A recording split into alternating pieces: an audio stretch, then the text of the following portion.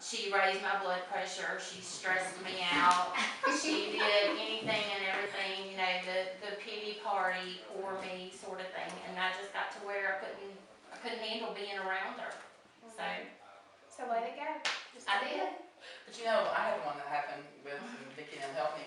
And now after these months, just come back and apologize, and we've slowly, now it's starting to really like, Well, the ball is in y'all her are, court. yeah, it's like, y'all are doing something with this, so I want in on that. So it's starting, we're taking baby steps, but it's coming back around. That's awesome. Yeah. Wow. Your turn, Plexi Mom. Is it me? When people, I'm gonna tell you something that I learned from Mr. Fred about your situation with somebody. When we was at a meeting at Vicky's house one time, he was saying something about people being aggravating and stuff like that. And he said something that just stuck with me like glue. He said, just look at them and say next. Walk away from them and just go on and find somebody else. And honestly, that's how I handle the nuts in my group. Liz knows, this is in my downline. We have some characters that we, in our awesome team is what I call my page and my bunch. And we have some people that really will just pluck your nerves crazy. And you just really just have to say in Jesus' name, I've helped them, they're yours, God. Next. Anyway, my name is Fonda Baker. My name is Fonda Baker. I'm a Ruby Ambassador with Plexus. I never, ever, ever was going to build no team. I started Plexus out of sheer desperation. In 2012, I was going to the doctor every 3 months. I had been going to the doctor every 3 months since 2006. I have rheumatoid arthritis, I have fibromyalgia, I have osteoporosis, I have osteoarthritis, I have a few other of them arthritises that I can't even remember how they called them. And it's just because I've pushed myself my whole life. I've worked like a man on a farm with my daddy my whole life. And when you abuse your body, plus I've been overweight my whole life. I didn't know that I had a bad heart my whole life. And all these things, when you don't take care of yourself, just kind of pile up on you when you get older, I'm getting 50, And so, the summer of 2012, they found an ulcer from all my medications that I had been on for years. That was so bad that they wanted to do emergency surgery. And because I weighed almost 300 pounds, I was just like, no, that ain't gonna happen. I just felt like, for me, a surgery at that point was really a death sentence because my health was very bad. This ulcer thing was really serious, and the reason why it had gotten so big was I was on a cocktail of medicine for pain management for all my other things that I was dealing with, that I never felt the ulcer. Literally never felt the ulcer. The only reason I felt it when I did was I had went to bed real early one night, during the day, in the afternoon actually, and I missed my evening medication, and about 2 o'clock in the morning, this excruciating stabbingness happened right here, and I was like, oh my God, I'm dead. What is that? It was horrible. So the next day I called my doctor and told him, I said, that little bitty weird pain I've been telling you about, last night it came alive, I said, something really is not right there. So he scheduled the upper and lower scope thing, and that's when they found it. And it was serious. And so I told them in the doctor's office that I wasn't going to have any type of surgery, that I was scared, that I needed to go home and pray about it, and that I needed to talk to my husband, because I always went to my doctor's appointments by myself. I didn't drag my husband to all that.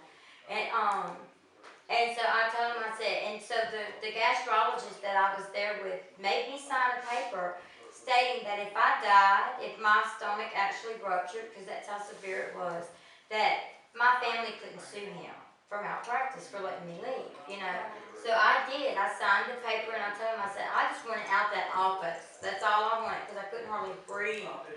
Well, I had heard about Plexus that spring. And my girlfriend, once again, one of them ladies that we went to school with, that hadn't spoke to her in at least 20 years, called me long distance and told me she had something that she needed me to try. That it was going to help me get slim, and then it was going to make us a bunch of money. And I told her, my exact words to her was, are you kidding me?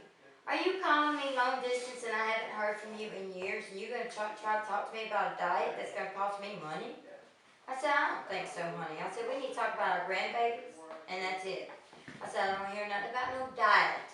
And she was trying to tell me about how, she's got arthritis and all this, and it was helping her. And I just kept deflecting, trying to talk about grandchildren and stuff, that type of conversation.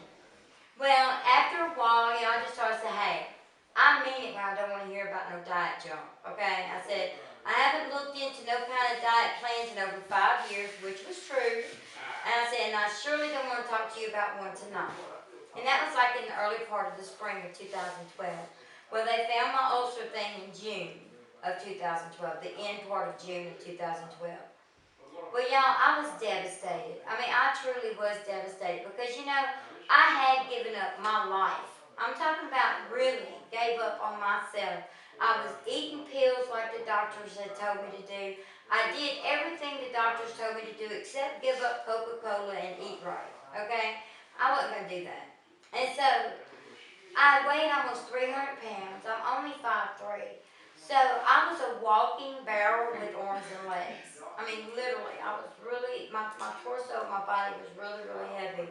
And whenever the ulcer thing happened and everything, I was just totally devastated. And that night, that doctor sent me home with a prescription of some bookie junk that I had to drink for 6 weeks.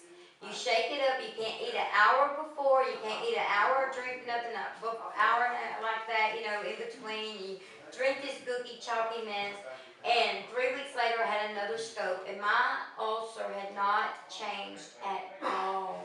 It had not any type of gray area to it. It was still bright orange and red. I mean, I thought it was a blowed up picture. No, it was what it looked like in living color. It was so scary.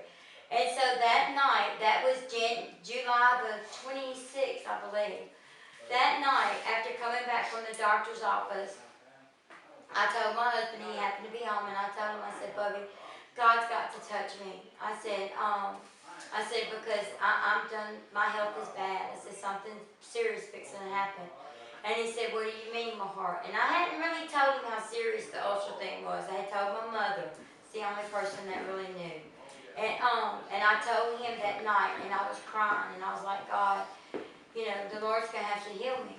So when he gets upset, he goes outside and smokes like a freight train. So he hit the door, and he was outside smoking. And I went in my bedroom, y'all. I was really so big that I couldn't kneel and pray anymore at church.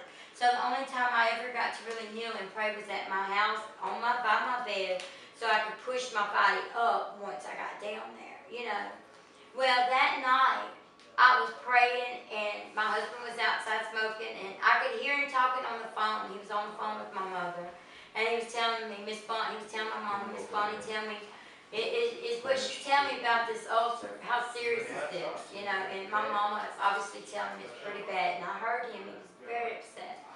And I was in there, and I was praying, I was like, God, I know I am so unworthy of you doing anything for me. I said, and I do pray, y'all. I am a prayer. My family's praying. We believe God touches people. And I was praying, and I was like, God, please do this for me. I will never ask you for nothing else, Lord. Just touch me from head to toe. And I was just praying in my little closet in my house, my bedroom and everything. And you never give God an ultimatum or a way to do something else, because guess what? That's what He's going to do. Whenever I was praying, I said, Lord, if you don't see fit to touch me from head to toe and heal my body of everything that's wrong with me, would you please just open a door so I can help myself? Well, you don't do that to God, because you know what He made me do? He made me think of a little crazy pink cloud. And I got so mad at that instant, but the Bible says you can get angry, just don't sin when you're angry. So I got angry, and I was like, really, God? I'm asking you to heal my body, and you're making me think of a little pink drink. I couldn't even remember the name of the junk. All I remember is my girlfriend kept telling me pink, pink, pink, pink, pink, And so I was like, I just sat there. I actually was no longer on my knees. I was sitting flat-footed on the floor, and I was like, you really gonna make me think of a diet plan, God? That's what you throwing at me here? A diet plan, really? Then I just started saying, God, forgive me, and if that's what you want me to do, I'm gonna do it. If that's it, if that's where we at, that's what we're going to do. So I got up and I went and looked on Facebook, and Tricia Smith was on Facebook.